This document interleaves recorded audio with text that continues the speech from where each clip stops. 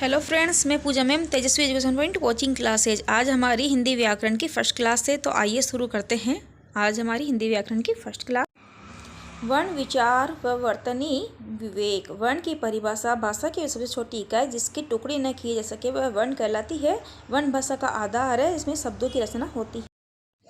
उदाहरण देखिए, किसान फसल उगाएगा। किसान के टुकड़े 6 वर्ण में हुए हैं। क प्लस ई प्लस स प्लस आ प्लस न प्लस ए, यानी 6 वर्ण हैं। अब इनके वो टुकड़े नहीं किए जा सके।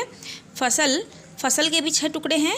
फ प्लस ए प्लस स प्लस ए प्लस ल प्लस ए।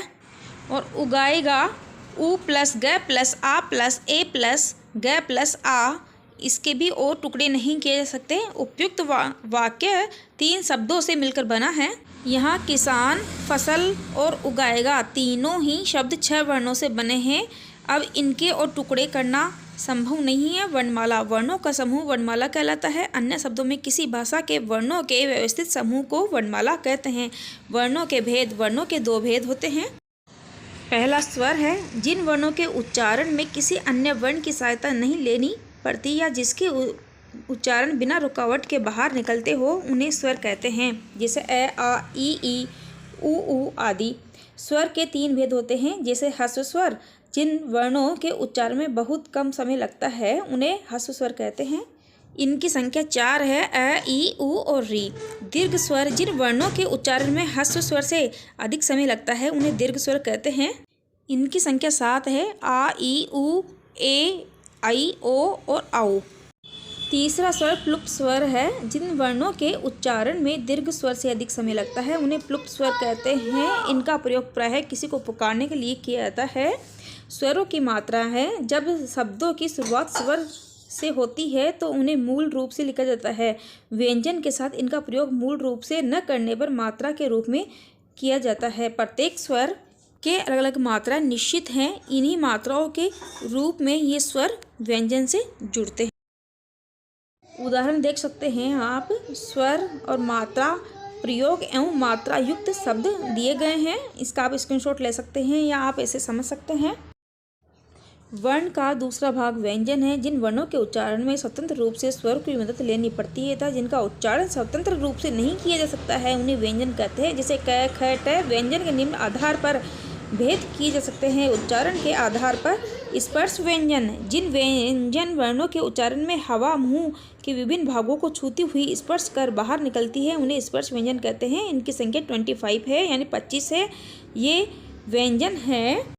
यहाँ क, च, ट, त और प वर्ण दिए गए हैं और इनका उच्चारण दिया गया है। क वर्ण का उच्चारण कंठ से होता है, च वर्ण का उच्चारण तालु से, ट वर्ण का उच्चारण मुर्दा से, त वर्ण का उच्चारण दांत से और प वर्ण का उच्चारण ओष्ठ से होता है। ठीक है। इनमें प्रत्येक वर्ण के अंतिम वर्ण अक्षर को पंचाक्षर भी कहा जाता है।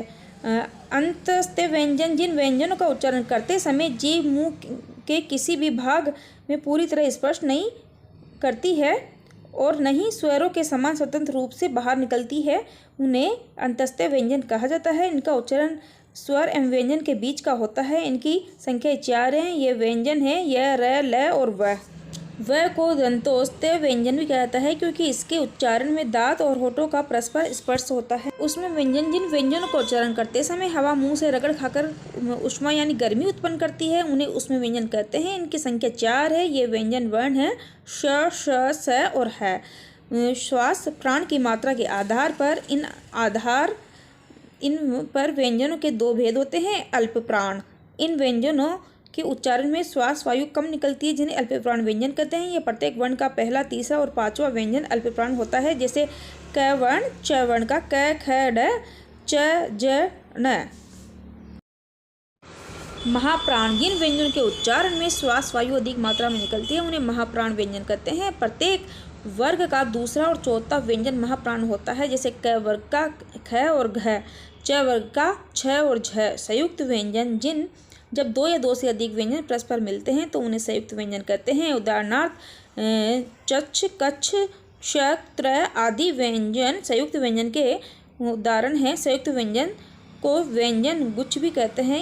इन्हें निम्न रूप में व्यक्त किया जा सकता है। संयुक्त व्यंजनों के स्वतंत्र प्रयोग में क्ष, त्र, ग और श्र 4 ऐसे संयुक्त व्यंजन हैं जिन्हें स्वतंत्र रूप से प्रयोग किया जा सकता है। इनके बताए गए हैं क्ष का क प्लस श और त्र का त प्लस र, ज्ञ का ज प्लस न, श का श प्लस र। क्ष से शब्द बनते हैं क्षमा क्षत्रिय कक्षा, त्र से त्रिशूल शत्रु स्वतंत्र, ज्ञ से ज्ञान विज्ञान विग, श से शर्मिक परिक्षम श्रेष्ठ। द्वितीय व्यंजन के रूप में न प्लस न प्रसन्न, द प्लस द उद्देश्य, ज प्लस ज सज्जन। संयुक्त रूप में द प्लस यह उद्योग, त प्लस प उत्पन्न, स प्लस थ उत्थान। आगत व्यंजन हिंदी में उर्दू, फारसी, अरबी और भाषाओं के शब्द संयुक्त होते हैं जिनमें शुद्ध उच्चारण के कुछ वर्णों के नीचे नुक्ता बिंदु लगाया जाता है। उदाहरण जमींदार, जरा, फीचर, फिरोज, जाकी आदि। अनुस्वार इनका उच्चारण न या म के स्वर रहित रूप में होता है। इनका प्रयोग वर्तमान में पंचम वर्णों के स्थान पर किया जाता है जिनका चिन्ह दिया गया है और शब्द भी आपको दिए गए हैं। उदाहरण आपको दिए गए हैं। अनुनासिक इनके उच्चारण में नाक और मुंह दोनों से आवाज़ आती है।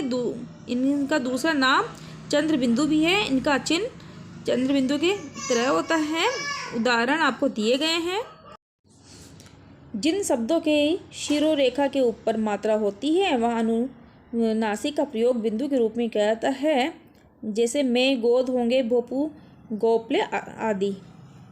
र के विभिन्न रूप। र का स्वर रहित रूप किसी व्यंजन के पूर्व आने पर वह अगले वर्ण पर रेफ र के रूप में लगता है, जैसे धर्म, कर्तव्य, वर्षा, अपर्ण आदि।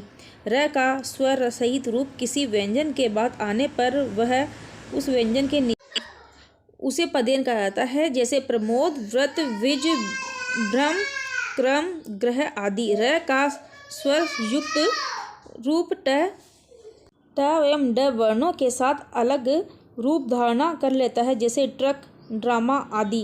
त के साथ र मिलकर त्र और श के साथ मिलकर श बन जाता है, जैसे त्रिकोण मंत्र, शर्मिक परिक्षम आदि।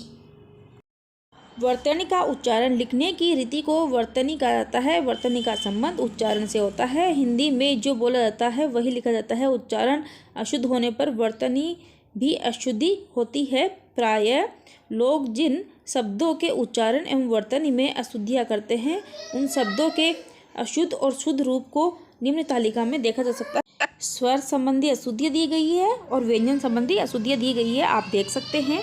आज के लिए इतना है, फिर मिलते हैं अगली वीडियो।